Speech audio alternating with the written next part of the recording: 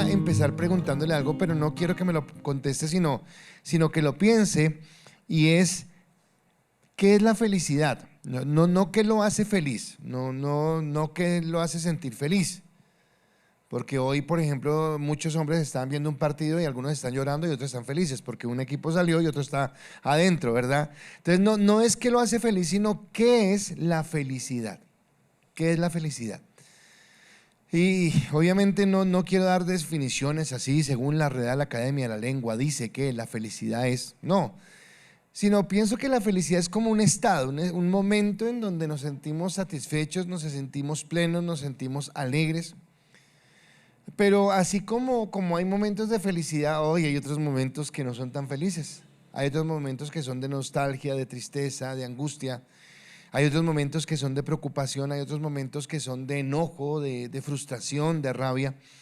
Entonces podríamos definir que según el mundo, según lo que el mundo nos ha dado, podríamos identificar la felicidad como momentos, como esos momentos que nos permiten a nosotros expresar ese alborozo que produce nuestro corazón. Entonces nos hacen felices situaciones determinadas, momentos determinados. Hay unos que nos pueden hacer felices de una forma y otros que nos pueden hacer felices de otra forma. Entonces, cuando está hablando de un partido de fútbol, es la felicidad del momento porque un equipo ganó, pero creo que en un hombre es diferente esa felicidad a la felicidad de saber que nació un hijo o la felicidad de saber que cumplió un propósito. Y eso es lo que entendemos. Pero cuando yo voy al Salmo 119, que es el que quiero empezar a desarrollar, vemos que el Salmo 119, en esta primera estrofa que vamos a hablar hoy, en este primer segmento que vamos a hablar hoy, nos marca como un derrotero de lo que es la felicidad, y creo que este primer segmento, estos primeros 8 versículos, nos fundamentan sobre que la felicidad realmente se entiende cuando yo me someto a Cristo y cuando conozco a Cristo. Ahora, lo dije en el orden equivocado. No me puedo someter a alguien que no conozco. Primero, cuando conozco a Cristo, y cuando conociendo a Cristo me someto a Él, cuando determino que Él es el Señor de mi vida. Piense por un momento los que estamos acá, cuántas veces cuando no conocíamos al Señor, bueno, excepto los más jóvenes, pero cuántas veces siendo jóvenes de pronto salíamos del trabajo, íbamos a algún lugar y veíamos una iglesia abierta un miércoles y veíamos ahí un grupito pequeño de gente ahí en la iglesia y uno decía, qué tontos. Bien cansado que salen del trabajo y irse para la iglesia, mejor me voy para la casa a dormir, o hay mucho oficio que hacer, o hay muchas cosas que hacer. Pero tal vez hay algo que nos permite estar acá en esta noche, hay algo que nos permite estar en este lugar, y es en primer lugar que conocimos a Cristo, en segundo lugar que nos queremos someter a Él. Pero hay algo más especial y espero que todavía eso esté ardiendo en su corazón, y es la alegría o la felicidad que nos da saber que fuimos escogidos por Él y que podemos caminar en su gracia. Y creo que de eso es de lo que nos habla el Salmo 119, que hay algo que me llena más que otra cosa. Yo, bueno, no sé, sí, tal vez alguna vez, cuando empezaron los realities, tal vez vi el primer reality que fue de Caracol, que fue de las competencias. Y tal vez recuerdo que tal vez vi la primera reality de RCN de protagonistas de novela. Pero según lo que entiendo hoy, no he visto nada, pero según lo que yo escucho en los comentarios, eso hoy es un relajo tenaz. Y una serie de cosas que de pronto ya nosotros, espero que a usted también, ya no nos hacen felices. O sea, ya no, como que eso, como que uno dice, pero ¿eso qué es? O sea, como, y uno podría decir, uy, es que soy muy santo. No, la pregunta, no quiero llegar a eso, sino es, ¿por qué riño ahora con esto? Porque antes me parecía bueno y ahora no me parece tan bueno. Porque antes lo disfrutaba y ya no lo disfruto. Voy a colocar otros ejemplos. Escuché las noticias, llegó Shakira a Barranquilla. Y Barranquilla está enloquecida porque llegó Shakira, y no en estos días llega a Bogotá, y mejor dicho están enloquecidos porque llega Shakira a Bogotá. Porque algo que puede hacer feliz a tanta gente ya a nosotros no nos llena de igual manera. O sea, porque ya no es para nosotros tan relevante, porque no es tan impactante. Hay gente que entonces, si vamos a términos políticos, entonces tiene un candidato y por ese candidato da la vida y lo que sea y se pelea, porque para nosotros ya no es de la misma manera. Y he titulado la enseñanza de esta noche, la verdadera felicidad está en Cristo. La verdadera felicidad.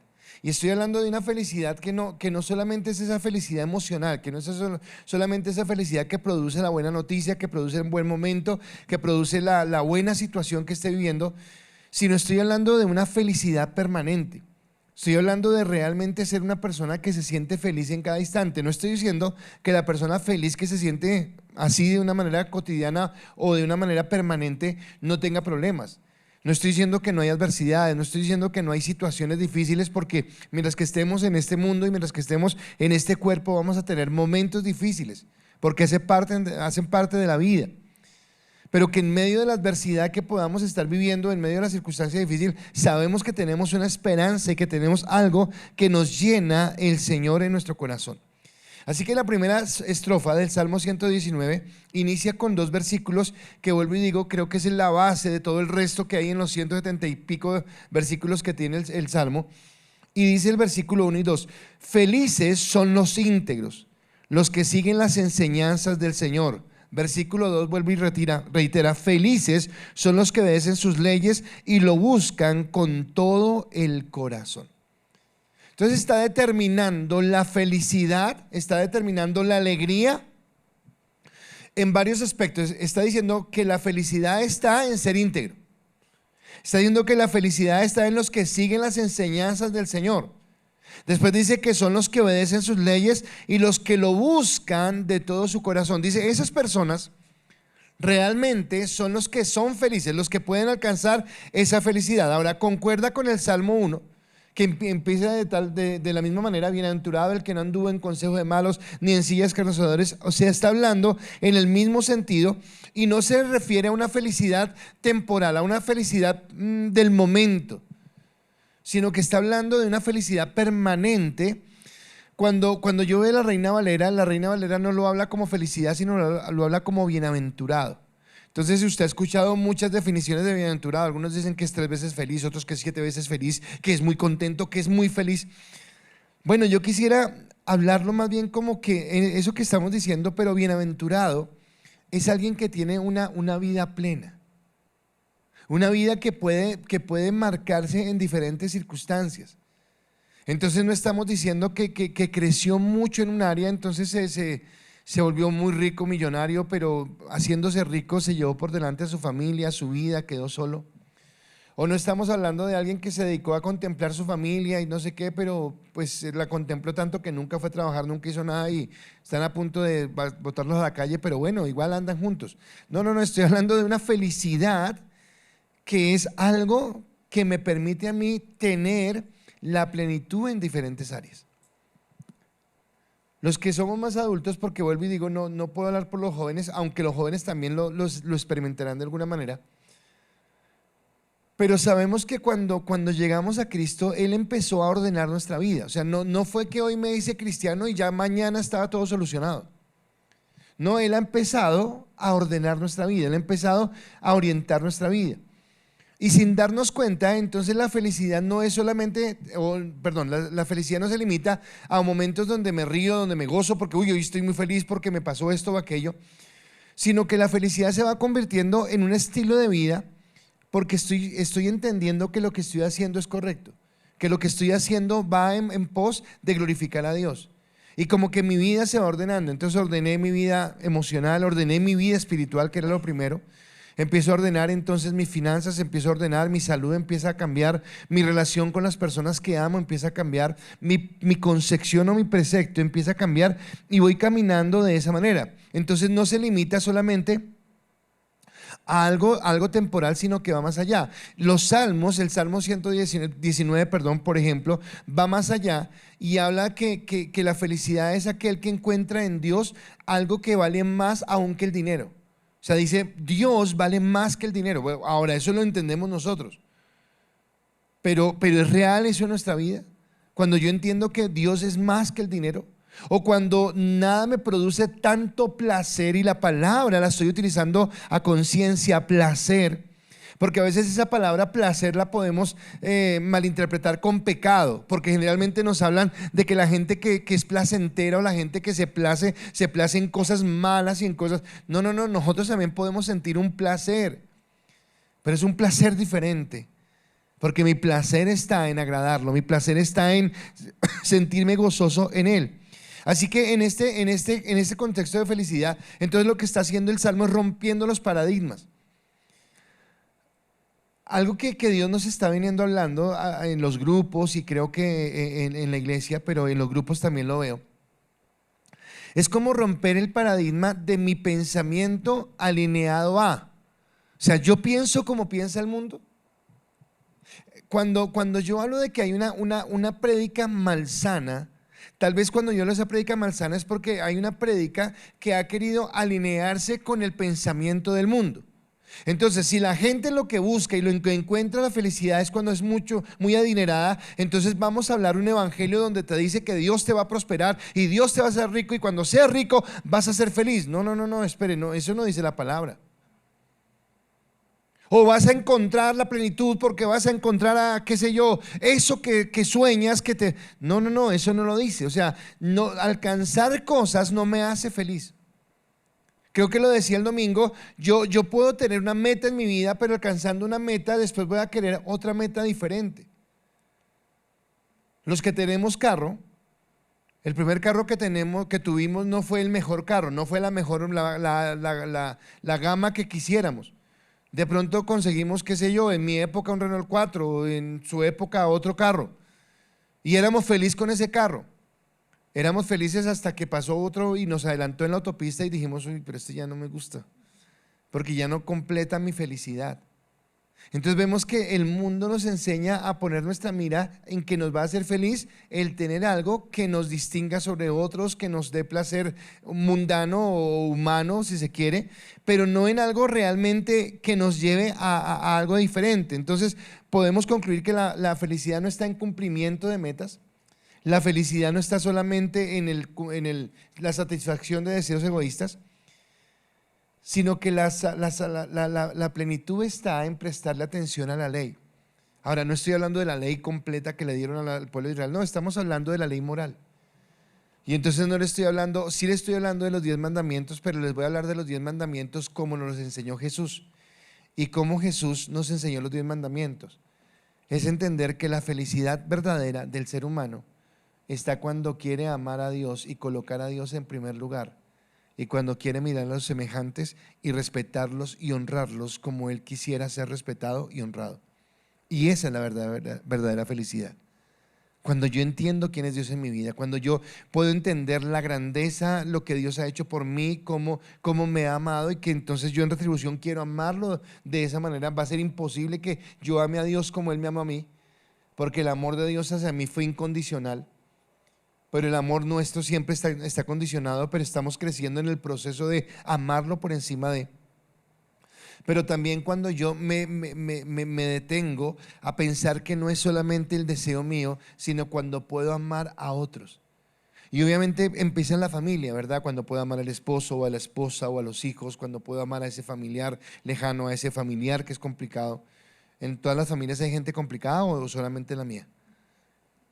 Hay gente difícil en nuestra familia de amar, ¿verdad? Hay gente que, por ejemplo, en mi familia a nadie le cuesta amarme a mí.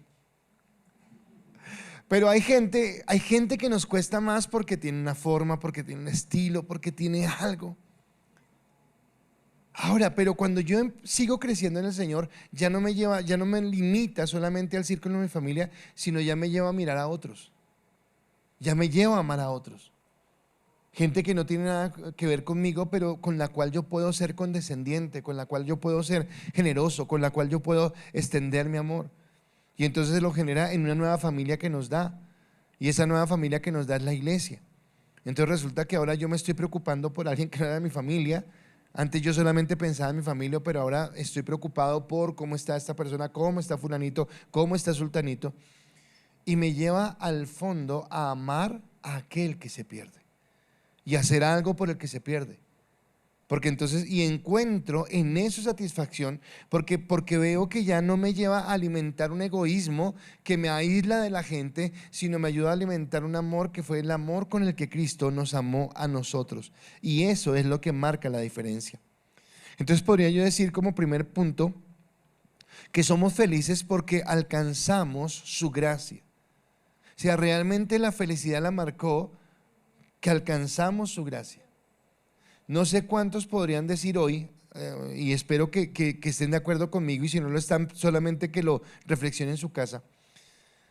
Pero tal vez antes de Cristo pudimos evaluar muchas cosas como felicidad. Tal vez si me hubieran preguntado a mí antes de conocer a Cristo si yo me sentía feliz con lo que hacía, yo hubiera podido decir, claro, tengo una empresa, soy próspero, hago esto, hago aquello, yo terminé una carrera universitaria. Bueno, podría haber dicho muchas cosas y decir, ¿cómo se les ocurre preguntarme si soy feliz? Claro que soy feliz. No, ahora miro y la verdad no era feliz.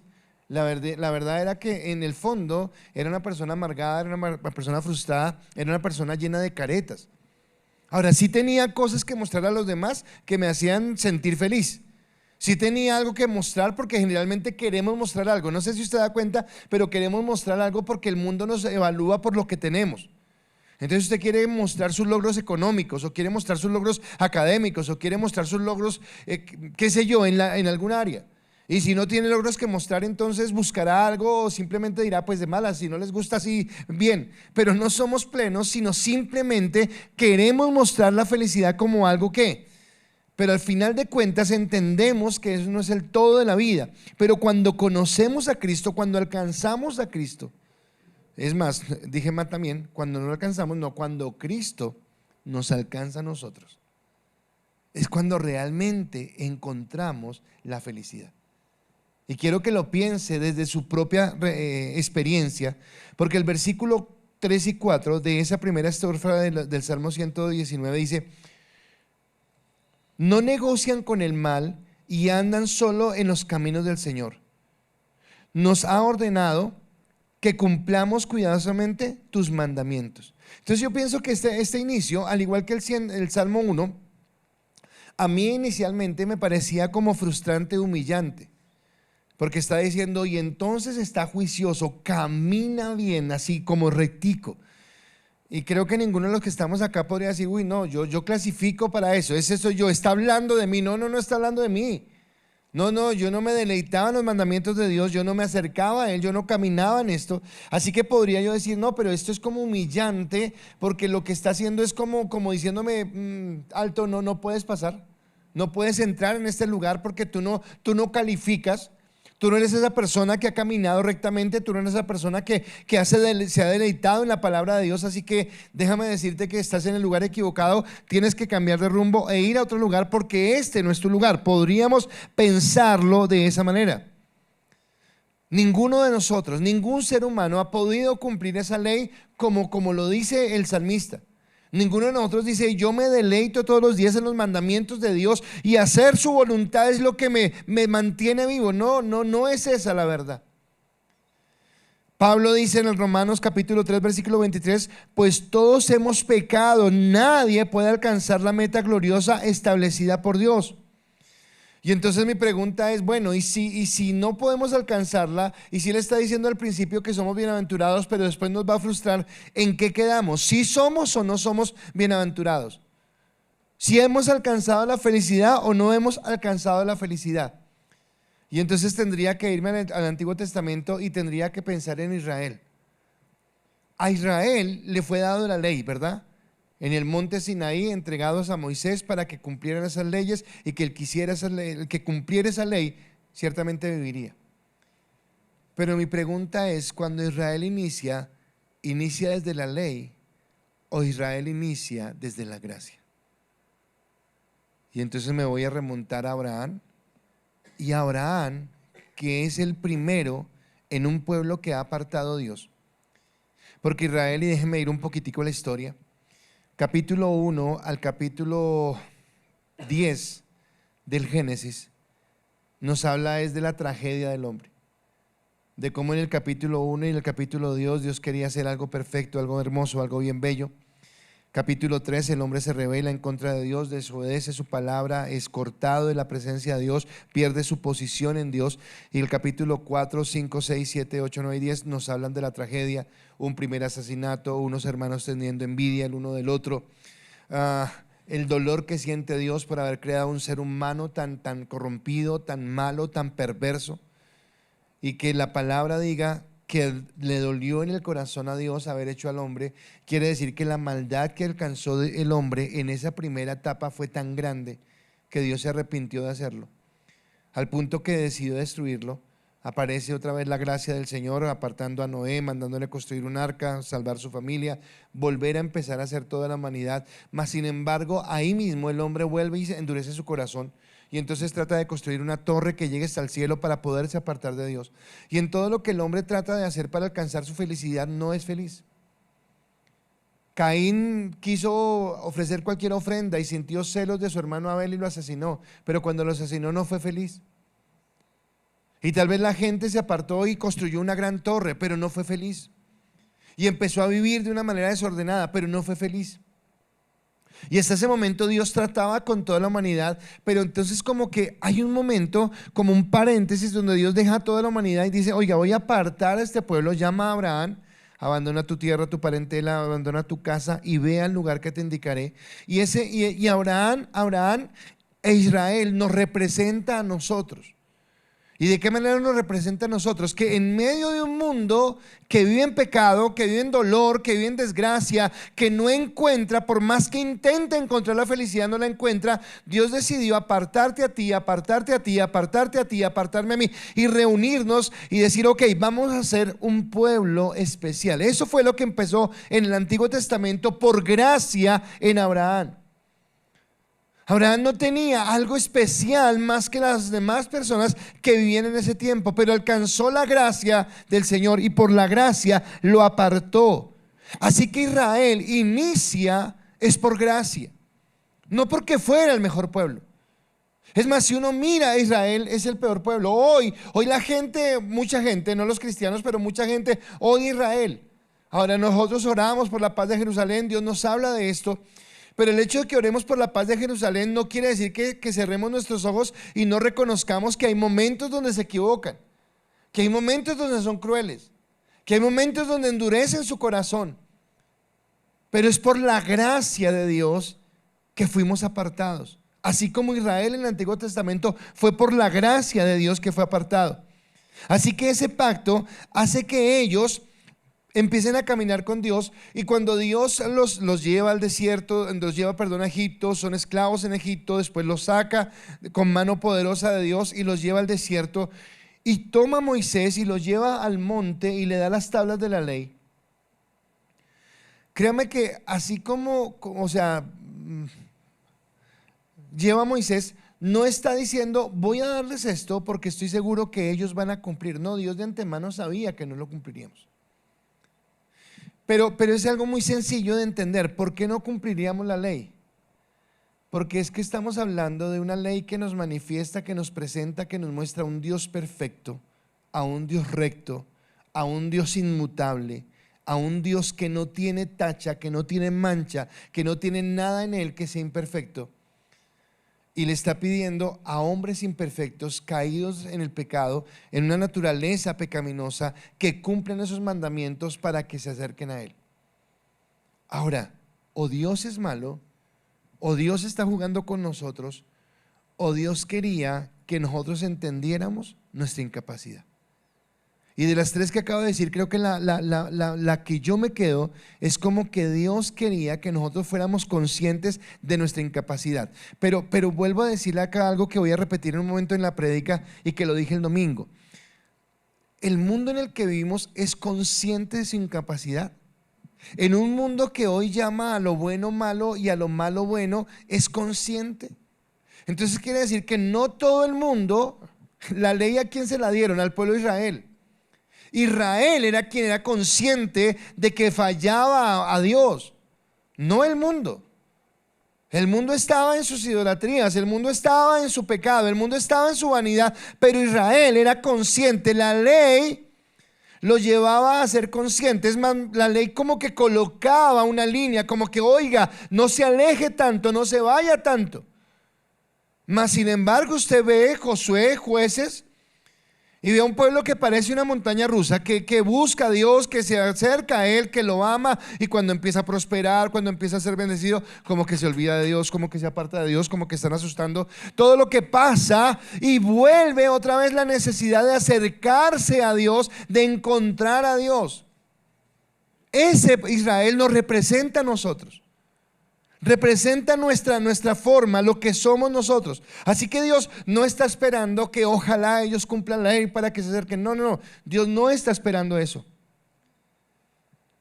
Así que la ley en un cristiano no es un requisito.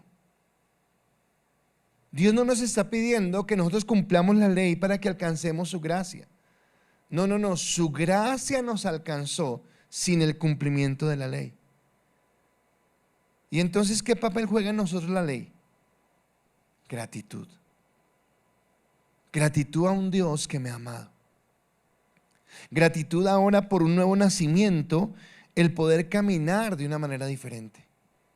El entender que lo que era imposible para mí antes en mis fuerzas ahora es posible porque el Espíritu Santo está en mi vida y el Espíritu Santo me ha llevado a caminar de una manera diferente. Así que Dios no quita de nosotros la ley como a veces pensamos. Si no somos salvos por obras, no somos salvos por ley, eso es claro. Porque ni por obras ni por ley nadie alcanzaría la salvación. Romanos capítulo 1, capítulo 2, capítulo 3, creo que está el 4 o 5, lo que está diciendo, vea, ustedes los judíos que creen en la ley no pueden, ustedes los gentiles que creen en las obras no pueden. O sea, nadie en su propia capacidad lo puede hacer. Pero ahora en nosotros cambia la connotación. Porque vuelvo a repetirles, se reduce solamente a eso que Jesús nos enseñó. Y entonces me lleva a mí entender por el nuevo nacimiento que si Cristo me amó de la manera que Él me amó, ahora mi forma, mi responsabilidad es amarlo a Él, colocarlo en el primer lugar, entender que mi deleite es Él. Y que así como mi deleite es Él, ahora voy a amar, voy a honrar, voy a respetar a las personas que están a mi lado.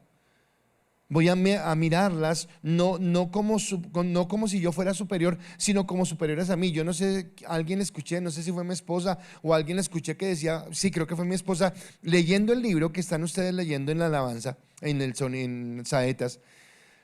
Ella decía, wow, leí este versículo, pero ese versículo lo hemos citado muchas veces. Romanos 12:3, que dice que no nos consideremos superiores a nadie, sino que miremos a todos como si fueran superiores a nosotros para servirles.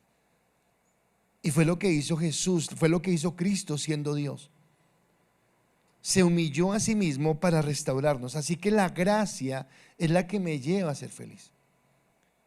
Si usted realmente ha nacido de nuevo, usted sabrá de qué felicidad le estoy hablando. Usted sabrá de la felicidad que sintió un día por haberse sentido escogido por Dios, por haberse sentido amado por Dios, por haber sentido y experimentado que un Dios grande y eterno que lo conoce, porque tal vez nosotros conozcamos lo que nosotros mostramos. Ustedes conocen de mí lo que yo he mostrado, pero ustedes en realidad no saben quién era yo antes de, pero Dios sí lo sabía y aún así me amó. Hay cosas que no sabemos de ustedes. Usted mira al de al lado y míralo con desconfianza. Hay cosas que yo no sé. Pero aún así, Dios nos amó. Aún así, Dios nos eligió. Porque esa fue su gracia. Porque ese fue su amor. Entonces viene mi segundo aspecto, y es que la ley es un recordatorio de la necesidad de Cristo. La ley es una necesidad, o es un recordatorio, de la necesidad de Cristo. Por eso en el versículo 5 y 6 del Salmo 119 dice: oh, cuánto deseo que mis acciones sean un vivo reflejo de tus decretos. Entonces no tendré vergüenza cuando compare mi vida con tus mandatos. Pregunto, ¿cuántas veces nos hemos sentido avergonzados delante de Dios? ¿Cuántas veces hemos dicho: Señor, otra vez? Señor, una vez más. Señor, perdóname. Señor, pero ¿cómo hago? ¿Cuánto quisiera que mis acciones mostraran que soy como Cristo? Que realmente he menguado para que Cristo crezca en mí. ¡Ay, Señor! Pero tengo esta lucha, tengo esta situación. Ahora, quiero que piensen esto, y creo, para mí es una revelación y quiero que usted lo piense. Pero para decirle esto tengo que volver al contexto humano, universal. El mundo no quiere ni puede acercarse a Dios. Eso lo dice la palabra en el Nuevo Testamento, eso lo dice Pablo. Hay un mundo que no quiere y que no puede acercarse a Dios. Hay un mundo que se deleita en su pecado, hay un mundo que se deleita en su vanidad, hay un mundo que se deleita en el ambiente en el que vive. Todos nosotros hemos compartido el evangelio con alguien que nos ha dicho: no, muchas gracias, estoy mejor en el mundo. Tal vez no nos lo ha dicho así, pero tal vez ha dicho: yo no quiero caminar este camino, yo no quiero ir por este lugar. Me gusta hacer lo que a mí me gusta hacer, quiero vivir esta vida que vivo, quiero comportarme o quiero vivir de la manera que vivo. Ahora, entendiendo eso, nosotros ayer hablábamos en clase y hablábamos del nombre de Jesús como el Señor.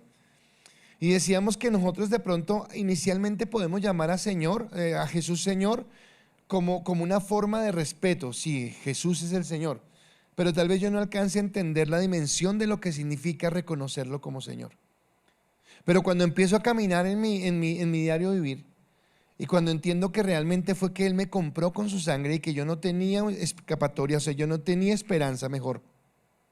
No tenía escapatoria de un juicio eterno, no tenía escapatoria de una condenación, no tenía forma de escabullirme de lo que me esperaba. Pero que fue Él por su sacrificio que me perdonó. Entonces la palabra o el nombre Señor tiene una nueva connotación porque entiendo que Él compró mi vida por precio. Que Él pagó con su sangre, pagó con su humillación, pagó con su sacrificio para que yo pueda vivir la plenitud que Él me da ahora.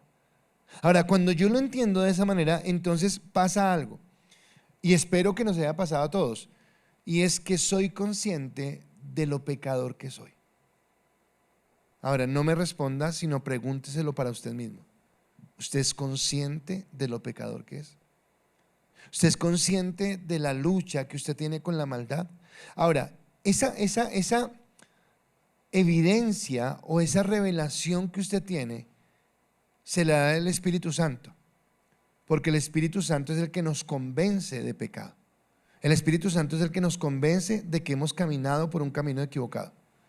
Ahora, todo eso que le dije es para llegar a esto. ¿Qué pasaría si usted tuviera conciencia de su pecado, pero no existiera Cristo? O Cristo no hubiera pagado un precio por usted. Sería como ser consciente de que cometí el mayor delito, la mayor infracción, que lo peor que se podía hacer en este mundo yo lo hice y que no tengo ninguna esperanza y que mi resultado solamente es la muerte. Yo no sé qué pensará un condenado en los países donde existe la pena de muerte, no sé qué pensará un condenado a eso.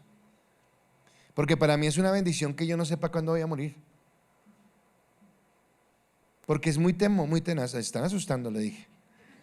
Pero es muy tenaz que a usted le digan: oiga, señor fulanito de tal, próximo lunes a las 3 de la tarde usted va a morir. O sea, creo que a nadie nos gustaría eso, ¿verdad?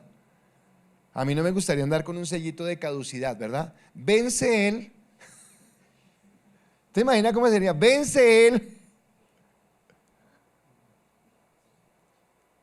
Así que si yo no tuviera a Cristo, lo que tendría sería, y reconociera mi pecado y tuviera la capacidad de reconocer mi pecado, porque es que el asunto es ese, que la gente que está en el mundo no reconoce su pecado. Después del diluvio universal, después de que un Dios poderoso y soberano acabó a toda la humanidad con un diluvio universal, oiga, estas generaciones vienen y lo que hacen es: construyamos una torre para que, oiga, espere, sea humilde. No, ellos no son humildes, ellos dicen: podemos. Pero cuando yo reconozco mi pecado, lo reconozco porque el Espíritu Santo me hace consciente del pecado, pero a la vez me hace consciente de que hay una respuesta o una esperanza en Cristo. Entonces yo no puedo decir, los cristianos no podemos sacar pecho ante el mundo diciendo: es que somos el ejemplo de la obediencia absoluta. No somos ejemplo de nada, pero intentamos caminar en santidad. intentamos acercarnos a Cristo. Y lo hacemos no en nuestras fuerzas, sino lo hacemos cuando dependemos de Dios, cuando vamos a su palabra. Por eso amar la palabra es amar a Cristo es amar la palabra. Porque si yo amo a Cristo, quiero conocer a Cristo y voy a la palabra. Pero si voy a la palabra me revela quién es Cristo. Y en ambos casos me lleva a honrarlo y me lleva a respetarlo y a querer vivir conforme a lo que Él quiere. Así que si nosotros somos conscientes del pecado, es porque Cristo a través de su palabra nos ha hecho conscientes de ese pecado, pero también nos ha hecho conscientes de que aunque somos pecadores, Cristo murió por nosotros y nos perdonó y nos permite tener fe en una esperanza de vida. Usted ya no va a ser condenado, esa es nuestra felicidad. Ha sido redimido, ha sido salvado. Hay una esperanza de vida que tenemos por encima de las personas que están acá. Ahora, esa lucha de la que yo estoy hablando que tiene el cristiano, esa lucha la tenía el mismo Pablo cuando él intenta agradar a Cristo, intenta ser un buen cristiano, pero se da cuenta que no puede. Y cuando él ve que anhela agradar a Dios como lo agradaba antes en la ley, porque en la ley él pensaba que podía agradar a Dios, pero cuando tiene la revelación de quién es Cristo y cuando tiene la revelación de su pecado, entiende la necesidad y entonces tiene una frustración en su vida porque dice no puedo. Y en Romanos 7:24 Pablo exclama lo siguiente y dice: soy un pobre desgraciado. Imagínense, está hablando Pablo y dice: soy un pobre desgraciado. ¿Quién me libertará de esta vida dominada por el pecado y la muerte? Pablo lo está diciendo. Pablo está reconociendo ahora esa persona que se creía irreprensible, esa persona que sentía que era el que podía y que estaba dispuesto a matar por la convicción que tenía en su corazón. El conocer a Cristo y el recibir la revelación del Espíritu Santo lo hace consciente de que Él no es nada, de que lo que Él tiene, en lo que tiene cifrada su esperanza, no le alcanza. Cuando él no es consciente del pecado, él piensa que la ley lo va a justificar, pero cuando es consciente de su pecado, él sabe que ni la ley lo justifica. Y ahora se queja y ahora dice: ¿qué hago? ¿Cómo consigo la escapatoria? Y ahí es donde digo: ¿qué pasaría si Pablo hubiera sido consciente de su pecado pero no existiera Cristo? ¿Sabe qué va a ser la eternidad sin Dios? ¿Sabe qué va a ser la eternidad sin Dios? La condenación eterna. Una conciencia de que estoy ahí porque me lo merezco. Y estoy ahí eternamente porque me lo merezco y no tengo esperanza. Y en eso no hay felicidad. En eso hay amargura, en eso hay dolor, en eso hay angustia, en eso hay tristeza. Pero gloria a Dios que nosotros no tuvimos que morir para reconocer eso, sino que estando en vida, Dios nos hizo conscientes para que siendo conscientes pudiéramos entender que tenemos esperanza. Por eso Pablo mismo en el versículo siguiente, Romanos 7:25, dice: gracias a Dios, la respuesta está en Jesucristo nuestro Señor. Así que ya ven, en mi mente de verdad quiero obedecer la ley de Dios, pero a causa de mi naturaleza pecaminosa soy esclavo del pecado. O sea, Pablo está reconociendo que hay una esclavitud al pecado. Pregunto, váyase a Saulo de Tarso, mira a Saulo de Tarso, mírelo condenando a los cristianos, mírelo persiguiendo a la iglesia. Saulo de Tarso, ¿en algún momento fue consciente que era pecador? No. Él creía que tenía todo bajo control, pero solamente fue cuando encontró la gracia. Porque cuando él cae en el camino, cuando queda ciego, lo que encuentra, si se encuentra con Cristo de frente, pero encontrarse con Cristo es encontrarse con la gracia. En algún momento Cristo nos estrelló, Cristo nos atropelló. Yo no sé cómo era su vida, pero tal vez vivíamos una vida loca, acelerada, corriendo de aquí para allá, buscando, anhelando, deseando encontrar felicidad. No la encontrábamos en ningún lugar, pero instintivamente no, sino obstinadamente continuamos así, hasta que un día Cristo nos detiene, nos separa frente a nosotros y nos pregunta: ¿vas a seguir corriendo o vas a permitir que yo lo haga? ¿Vas a seguir buscando aquí, allá y haciéndolo en tus fuerzas, o vas a permitir que yo lo haga en tu vida? Y viene mi último punto, y es que la gracia es el camino que nos lleva del orgullo a la humildad. Wow. La gracia puede entenderse como un camino que nos lleva del orgullo a la humildad. Éramos propensos a pensar que podíamos, que lo lograríamos, que el más importante era yo, que a quien todo malo le ocurría era a mí, que quien tenía el derecho de reclamar era yo, que el centro del universo era yo. Eso es lo que pensábamos, pero ahora sabemos que la verdad es otra, y es que no somos tan importantes, que no somos tan poderosos, que no somos tan influyentes, que no somos tan importantes, sino que somos personas necesitadas. Y vea lo que dice Pablo en Romanos 7, versículo 14 con respecto a la ley. Recuerde que la ley es Cristo, y con respecto a nosotros dice: por lo tanto, el problema no es con la ley, porque la ley es buena y espiritual. El problema está en mí, porque soy demasiado humano, un esclavo del pecado. El problema es que somos demasiado humanos. El problema es que siendo humanos somos pecadores. El problema es que siendo humanos nos desviamos. Pero no es la ley la que está mal, soy yo. Siempre les he hablado de la ley como un espejo. El día que usted se vea al espejo y se vea, uy, tenaz, ¿qué me pasó? No, el problema no es el espejo, el problema es usted. Envejeció, no se bañó, se metió en, qué sé yo. El problema somos nosotros. El problema soy yo. Lo que la ley hace es reflejarme lo que hay, lo que se ve. Así que ese reconocimiento solo lo puede hacer alguien que se ha encontrado cara a cara con Cristo. Nadie más.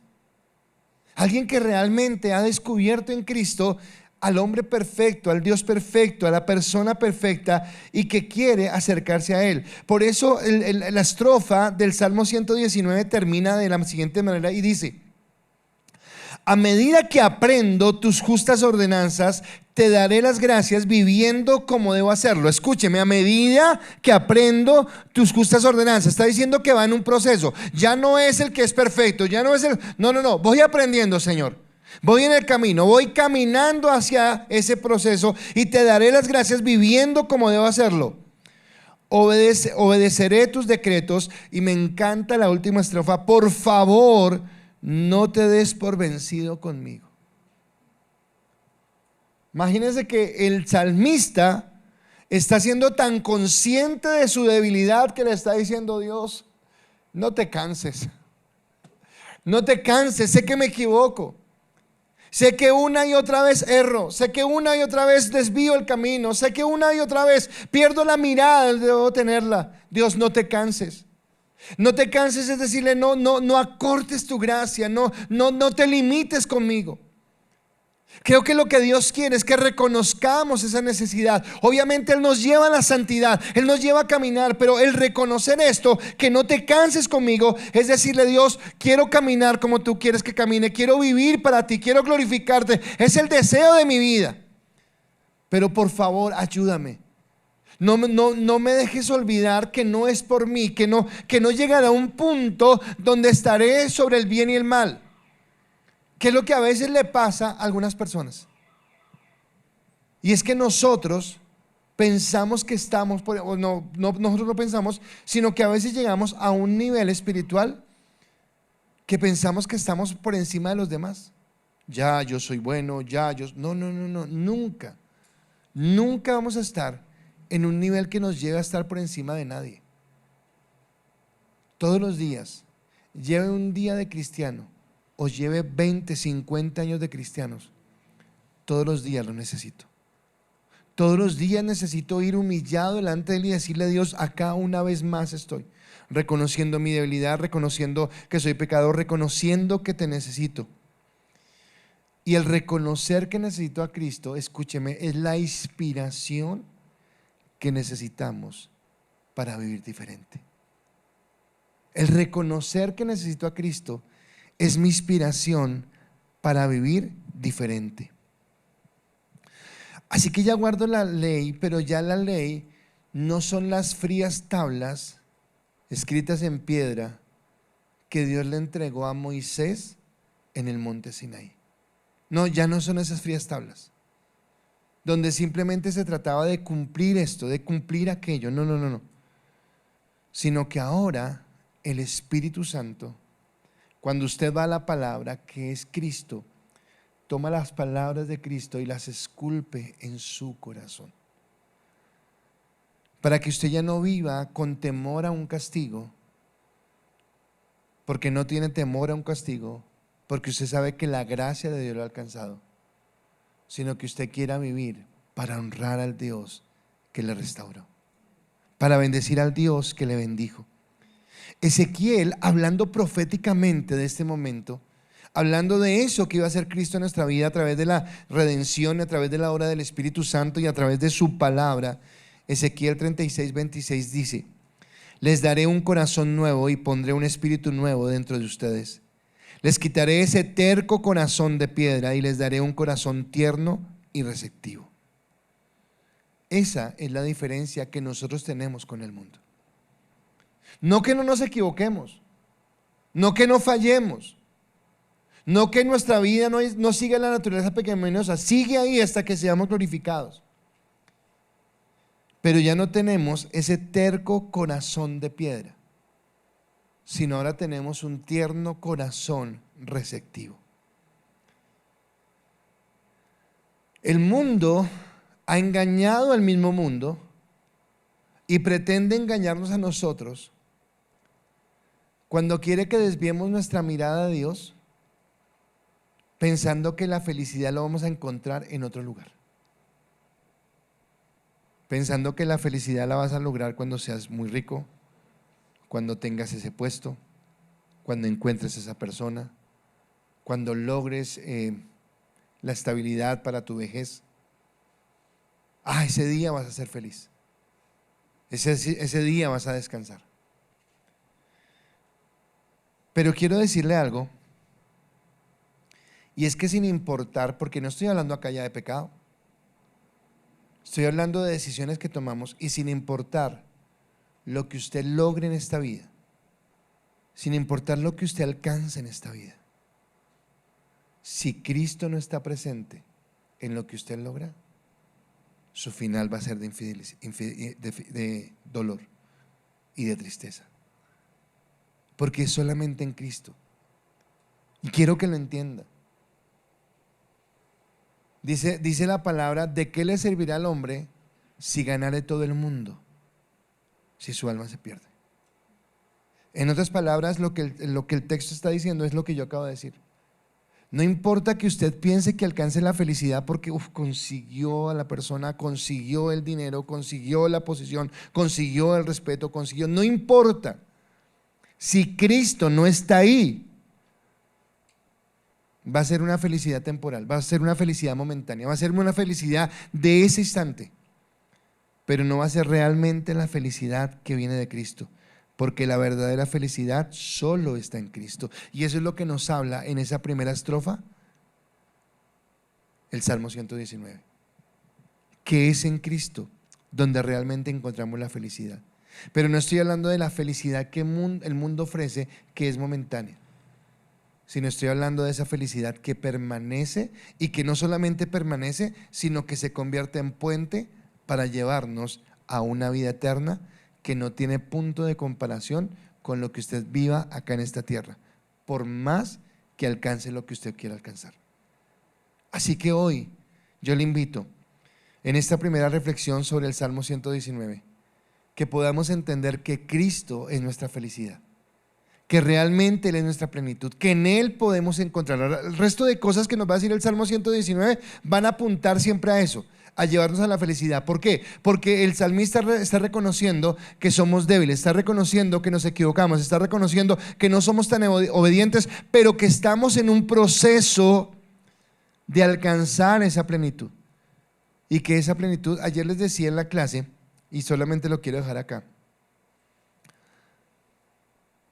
todos nosotros, todos los que estamos acá, si usted realmente alcanzó la gracia del Señor, ya es salvo, tiene la bendición de Dios. Ahora, en usted están asustando, ¿cierto, Andrea? En usted está el determinar qué tanto quiere que Dios afecte su vida. ¿Qué tanto quiere ser feliz encontrando la plenitud en Dios? El mundo siempre te preguntará cuánto tienes, qué hiciste, dónde vives, qué te pones, dónde trabajas, cuáles son tus metas, porque el mundo determinará tu felicidad en eso. Pero Dios te dirá es qué tan obediente estás siendo, qué tanto conoces a Cristo y qué tanto has permitido que Cristo sea realmente el que te dé la plenitud. Ahora, no dejando de hacer lo que tenemos que hacer, porque tenemos una vida en temporalidad por la cual tenemos que luchar, pero sin perder de vista la eternidad que Dios nos ha dado.